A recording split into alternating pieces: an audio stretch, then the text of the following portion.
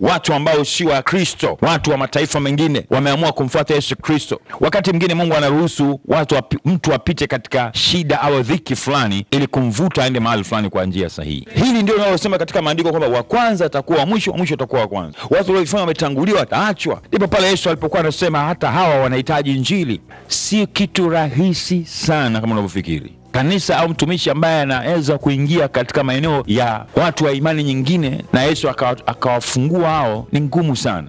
Ni vita yake ni kubwa sana.